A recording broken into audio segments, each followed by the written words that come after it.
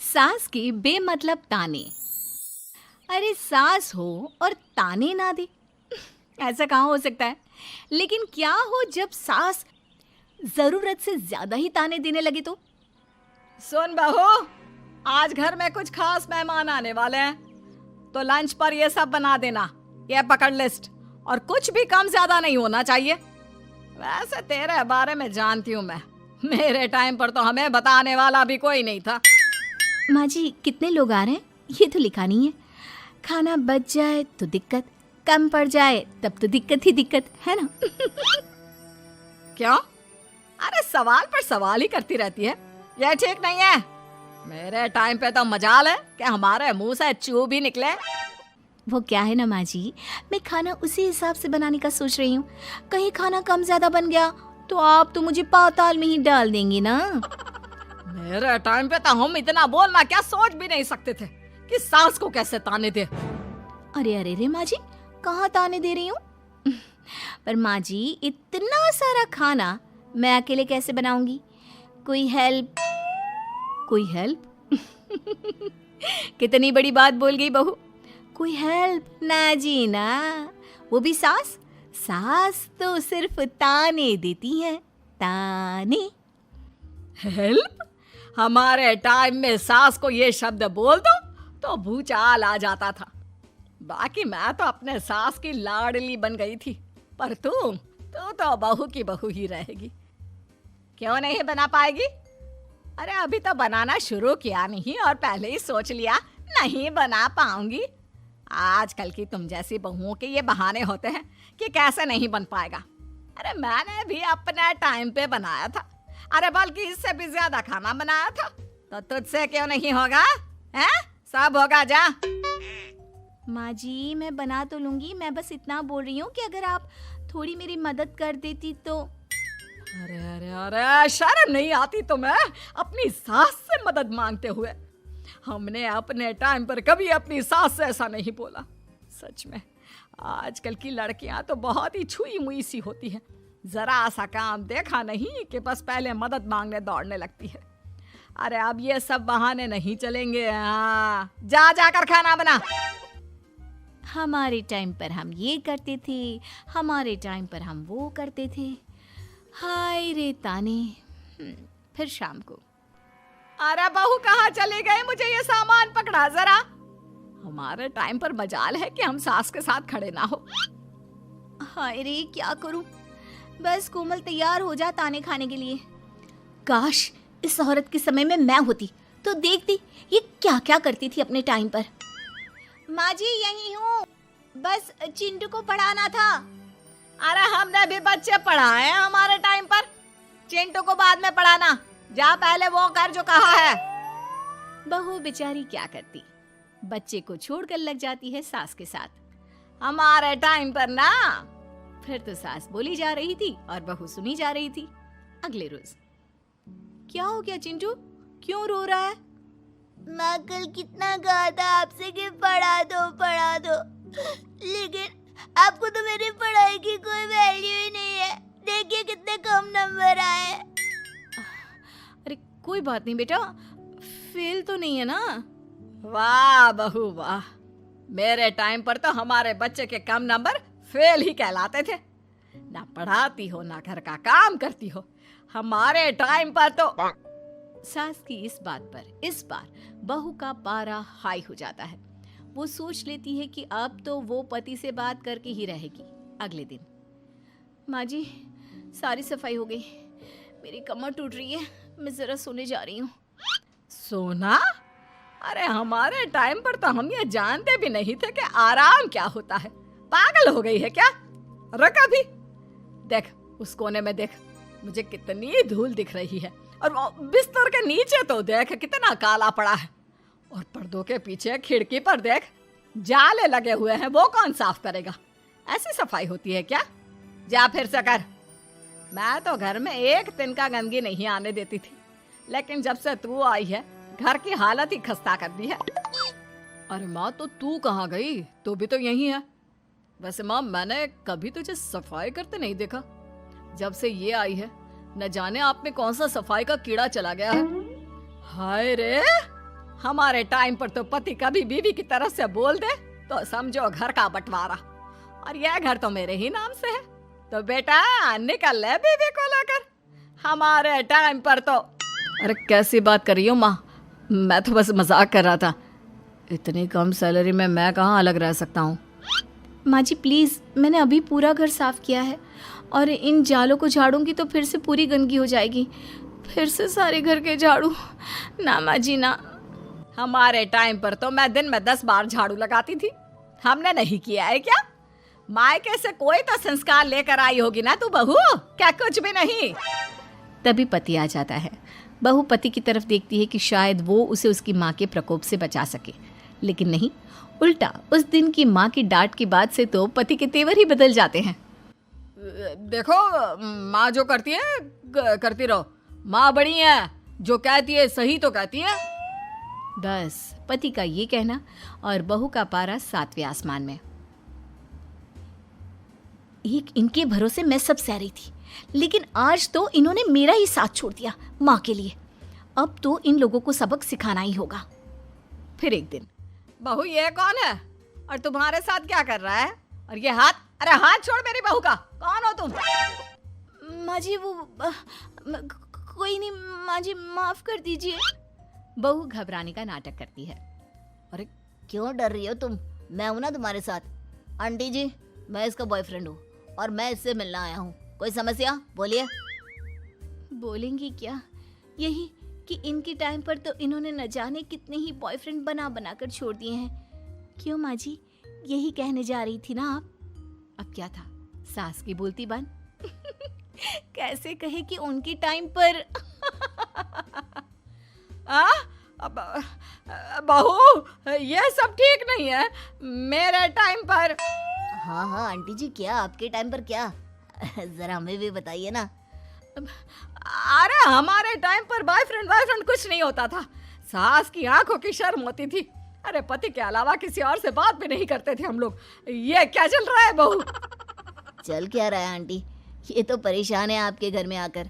आप हर बात पर इसे सुनाती रहती है, ताने वाने। अब इससे बर्दाश्त नहीं होते तो मैंने सोचा क्यों ना मैं इसे अपने ही घर ले जाऊं, कम से कम आराम से तो रहेगी। वाह रे, हमारे वक्त में तो ऐसा नहीं होता था कि सास के ताने बर्दाश्त नहीं तो किसी और के साथ चली जाओ। अब नहीं होता तो नहीं होता माँ जी। मैं भी तो कल को अपनी बहू को कुछ अपने वक्त की सुनाऊंगी ना, कि सास के ताने समझ में नहीं आ रहे थे अपने वक्त में, तो मैं अपने बॉयफ्रेंड के साथ चली गई। वाह, फिर तुम्हारी बहू को समझ में आएगा कि तुम कितनी मॉडर्न थी अपने वक्त में। अरे चुप, बिल्कुल चुप। क्या बकवास कर रहे हो तुम दोनों? तो क्या करे, पति को तो अपने घर की लालच दे रखी है, वो तो मेरे लिए बोलते नहीं, तो किसी के पास तो मैं रहूं ना शांति से। तभी पति आ जाता है। नहीं, दूसरा घर तो मैं ले सकता हूँ, लेकिन दूसरी बीवी नहीं। माँ वो कितने ताने सहेगी? मुझे मेरी गलती का एहसास हो गया है। चलो हम कहीं और रहेंगे। अरे नहीं, हमारे जमाने में। फिर माँ जी? मतलब मैं कैसे रहूंगी तुम लोगों के बिना? बहू मुझे माफ कर दे। ओके, कर दिया माफ। अच्छा ये तो बताओ कि ये लड़का कौन है? मैं इसकी मौसी का बेटा हूँ, मिलने आया था। अच्छा दीदी, बाय। समधी की शादी। इस कहानी की हीरोइन गंगा है, जो अपनी समधन की मौत के बाद अपने समधी के अकेलेपन को समझते हुए समधी की दूसरी शादी करवाती है। लेकिन उसकी बहू इस बात से बिल्कुल खुश नहीं होती। मुझे लगता है आपको शादी कर ही लेनी चाहिए। आपकी इस उम्र में ख्याल रखने वाला भी तो कोई होना चाहिए ना। वैसे भी आपकी इकलौती बेटी थी, वो भी हम ले गए। अरे इस उम्र में शादी, लोग क्या सोचेंगे और कैसे कैसी बातें बनाएंगे कि जिस उम्र में इसे अपने पोते पोते को गोद में खिलाना चाहिए, उस उम्र में ये शादी कर रहा है। ऊपर से नव्या क्या सोचेगी मेरे बारे में कि माँ को गए हुए 1 साल भी नहीं हुआ और पापा ने दूसरी शादी कर ली। मुझे नहीं लगता इस शादी से नव्या को कोई परेशानी होगी। उल्टा उसे खुशी मिलेगी कि उसकी गैर मौजूदगी में उसके पिता का कोई ख्याल रखने वाला है। क्यों नव्या, सच कहा ना? हाँ मम्मी जी, आप सही बोल रही हैं। ये बोलकर वो अंदर चली जाती है। लीजिए, अब तो आपकी बेटी ने भी हाँ बोल दिया। रही लोगों की बात, तो लोग तो कभी किसी की खुशी देखकर खुश हो ही नहीं सकते। अगर आप लोग खुश रहेंगे तब भी वे बातें बनाएंगे, और अगर आप दुखी भी रहेंगे तब भी बातें बनाएंगे। इसलिए अच्छा यही होगा समधी जी कि आप उनके बारे में सोचना छोड़ ही दीजिए। समधी को सास की बात सही लगती है। वो भी सोच लेते हैं कि बच्ची जिंदगी के लिए कोई हमसफर बना ही लेंगे। आप ठीक बोल रही हैं। जब मेरी प्यारी बिटिया नव्या और उसके ससुराल वालों को मेरी इस उम्र में दूसरी शादी से कोई दिक्कत नहीं, तो परेशानी कुछ है ही नहीं। ऐसे ही सास समधी की दूसरी शादी करवाती है और फिर समधी के घर आ जाती है बहू की नई माँ। कुछ दिनों के बाद बहू अपने मायके अपने पापा और नई माँ से मिलने आती है। मेरा बच्चा कितने दिनों बाद मुझसे मिलने आई है। इधर बैठ, मैं तेरे लिए कुछ अच्छा सा बना कर लाता हूँ। तेरे फेवरेट पास्ता खाएगी ना? पापा आप क्यों? वो कहाँ है? उनसे बोल दीजिए। आप मेरे ही पास बैठकर बातें कीजिए ना। उन्हें क्यों लेकर आए? कोई चैरिटी थोड़ी ना कर रहे हैं। इस उम्र में घर मिल गया, और क्या चाहिए? तभी नई माँ घर में आती है। बेटी की बात सुन रही होती है और सुनकर बहुत दुखी हो जाती है।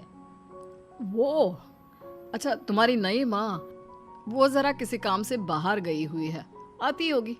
मैं तब तक तेरे लिए कुछ अच्छा सा बना कर लाता हूँ। ठीक है पापा। लगता है नई माँ के पैर बाहर ही रहते हैं, और आपको ही बनाकर खिलाना था तो क्या करे, छोड़िए। ये बोलकर वो घर में घूमने लगती है और चीजों को देखती है। इनको घर में आए हुए थोड़े दिन नहीं हुए और ये घूमने भी जाने लगी है, वो भी पापा को घर में अकेला छोड़कर। आने दो, एक बार इनकी खबर लेती हूँ। वैसे घर को तो बड़ा सजा कर संवार कर रखा है। चलो, ये तो खूबी है, कम से कम पापा को साफ कर का शौक भी है। इतने में नई माँ घर में आती है। अरे नव्या बेटा, तुमने पहले बताया होता तो मैं जल्दी घर आ जाती। तुम्हें नहीं पता मुझे तुमसे कितनी सारी बातें करनी है। कैसी हो बेटी? बेटी? हाँ, वैसे अब तो मैं आपकी बेटी हो ही गई हूँ, ना चाहते हुए भी। खैर, आप गई कहाँ थी? शादी हुए कुछ दिन भी नहीं हुए और आपने घूमने जाना भी शुरू कर दिया। पापा का ख्याल रखने के लिए शादी करवाई है आपकी, जानती है ना? नव्या, ये तुम क्या बोल रही हो? मैं कहीं घूमने नहीं बल्कि एक दोस्त से मिलने गई थी। उसकी तबीयत थोड़ी ठीक नहीं, इसलिए वो क्या है ना, शादी के चलते उससे मिलना नहीं हो पाया तो आज चली गई। अच्छा, वो भी पापा को यूं घर पे अकेला छोड़कर?